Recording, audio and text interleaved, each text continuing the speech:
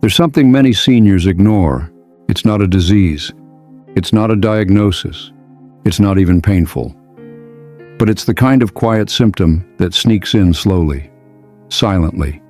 And for many people in their 60s, 70s, and beyond, it becomes the beginning of a much bigger health decline. So what is this subtle sign? It's fatigue. Not just I didn't sleep well, tired, but a creeping, persistent sense of low energy. The kind that makes you avoid the stairs, skip the walk, sit down more, say no to invitations. And here's the truth no one tells you. Fatigue in seniors isn't just about getting older. It's your body telling you something deeper is happening. Maybe your iron levels are low. Maybe your heart isn't pumping as strongly as it used to. Maybe your thyroid is off. Or maybe it's your mental health, that quiet burnout that comes from loneliness, grief, or the emotional load you've been carrying alone for too long.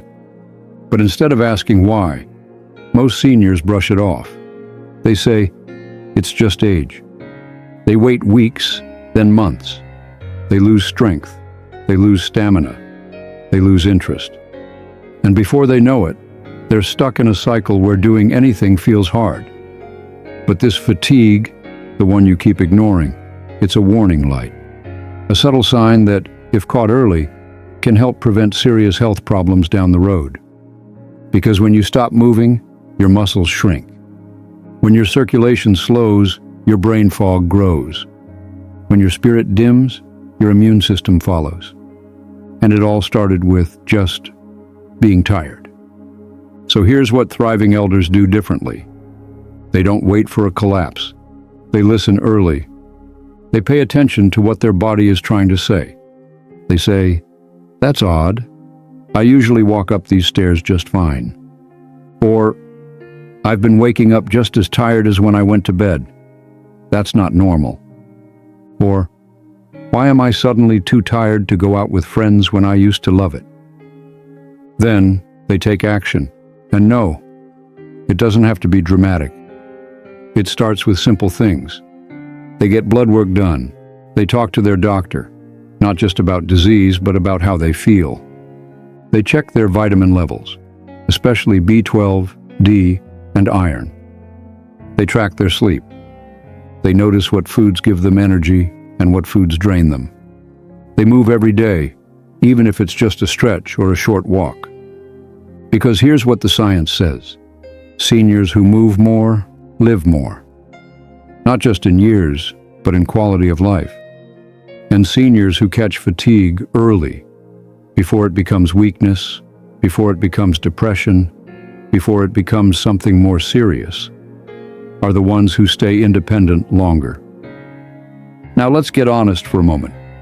How long have you been tired?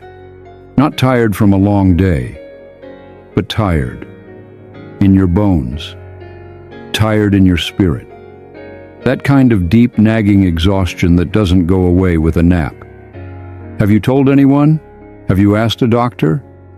Or have you just accepted it as normal for someone my age? Because the truth is, aging doesn't have to mean feeling drained. Thriving in old age means staying aware, staying curious, staying proactive. It means not waiting for things to get worse before you do something about them. It means being your own advocate, even when others brush off your concerns. It means knowing that your health still matters, your energy still matters, your presence in this world still matters. So here's what I want you to do, starting today.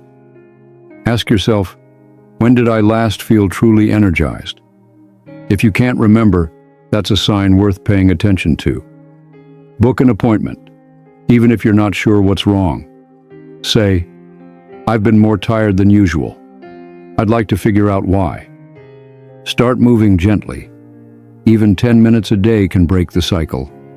Fuel your body with good food. Not just what's quick, but what's nourishing. Talk to someone. Fatigue and isolation often go hand in hand. Share how you're feeling with a friend, a family member, or a support group. Because thriving elders don't wait for rock bottom. They notice the early shifts, and they respond. And fatigue, is one of the most important early signs your body can give you. It's not weakness. It's not laziness. It's a message. Listen. You don't have to be exhausted all the time. You don't have to settle for just getting by. You deserve to feel alive, energized, present, in your 60s, in your 70s, in your 80s and beyond. But it starts with paying attention to the thing you've been ignoring. So if you're over 60, over 70, and feeling more tired than you used to, this is your wake-up call. Don't brush it off. Don't delay. Ask the question, get the answers, and take the small steps that help you feel like yourself again. Because this isn't just about energy, it's about living the rest of your life with strength, clarity, and purpose. You're not too old. You're not too late. You're not done. You're still here, and your body is trying to talk to you. Now is the time to listen, and it's not just your energy. There are other quiet shifts, other subtle signs that many seniors ignore until it's too late. Let's talk about them. Because thriving in old age means more than staying out of the hospital. It means noticing the small things before they become big ones. Let's start with memory. You misplace your glasses more than usual. You walk into a room and forget why you came. You mix up names, dates, or appointments. Most people over 60 brush it off. Oh, I'm just getting older. But what if it's more than that? Here's what you should know. Memory changes with age, but memory loss is not a normal part of aging. And if it is happening, there are things you can do. The brain, like the body, needs exercise, mental stimulation, social connection, a healthy diet, quality sleep. It also needs oxygen, movement, novelty, curiosity. The seniors who stay sharp, they never stop learning. They read, they play memory games, they try new things, they ask questions, they keep their minds as active as their bodies. So if your memory feels different, don't ignore it. Don't joke it away. Pay attention. Because a small shift in focus, attention, or clarity today could be the key to preventing something more serious tomorrow. Let's move to another silent sign, your mood. Some seniors feel less joy than they used to. They stop laughing. They lose interest in things they once loved. They feel heavy, numb, or like they're just existing. But they don't call it depression. They say, I'm just tired. I've been through a lot. This is what getting old feels like. But that's not elderly wisdom. That's resignation. And the truth is, many older adults are silently struggling with emotional pain they've never spoken aloud. Grief, loneliness, disappointment, fear of the future, regret from the past. But none of those things have to be carried alone. There is help. There is support. There is healing available. Yes, even now. Because mental health matters at every age. So if your days feel flat, if your laughter feels rare, if you've been telling yourself, this is just how life is now, pause. Ask for support. You are not a burden.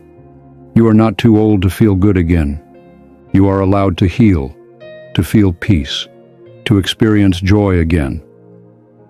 Let's look at another ignored area, mobility. You used to get up from a chair easily. Now you have to push. You used to climb stairs without thinking. Now you grip the rail, take breaks, or avoid them altogether. Again, many seniors write this off. They say, it's just stiffness. It's normal. But here's what thriving elders understand. Mobility loss doesn't start with a fall. It starts with hesitation. It starts with sitting a little more, walking a little less. Then one day, getting up is hard. Walking across the room is exhausting. And your world gets smaller. But it doesn't have to be that way. Movement is medicine. Even gentle movement. Even chair stretches. Even walking the hallway. The more you move, the the more you can keep moving. And if something hurts, your joints, your hips, your knees, don't ignore that either. See a physical therapist, ask your doctor, because small adjustments now can prevent surgery, pain, or immobility later. And what about your relationships? You might not realize it, but isolation doesn't usually arrive all at once. It builds slowly. You skip one gathering, then another. You don't return the call. You stop reaching out. And before you know it, days or even weeks go by without real connection. And it happens quietly. Not because you don't care, but because it takes effort and energy and sometimes courage. But connection is not optional. It is essential for your heart, for your brain, for your immune system, for your happiness. If you've been drifting from people, if you've told yourself they're busy or I don't want to bother them, here's your reminder. You're not a bother. You're a human being, and humans need connection. So make the call, write the letter, go to the event, or start smaller. Say hello to the neighbor, smile at the cashier, comment on a video, join a group online or in person. Because connection doesn't need to be grand. It just needs to be real. And lastly, let's talk about purpose. This one's easy to overlook, especially after retirement, especially after loss. Many seniors wonder, what am I supposed to do now? The kids are grown, the career is over, the house is quieter, and the days start to blend. And yet, your purpose hasn't disappeared. It has simply changed. Maybe your purpose now is to mentor someone younger. Maybe it's to pass down your stories. Maybe it's to finally create, to write, to paint, to grow something. Maybe it's to be a soft place to land for someone who's hurting. Purpose is not about productivity. It's about meaning. And meaning doesn't retire. So if you've felt like you're just filling time, ask yourself, what could I give today? What could I create? What could I experience that reminds me I'm still alive? Because that subtle ache of emptiness, that's your soul nudging you to reconnect with purpose. And you can, at 60, at 70, at 90. You are not done. The best of your life doesn't have to be behind you. But you do have to notice the signs, the whispers, the quiet shifts in your energy, your spirit, your strength, your spark. Because they won't scream, they won't demand, they'll just fade, if you let them. But if you pay attention, if you move, ask, speak, stretch, reach, share, rest, nourish, you will thrive.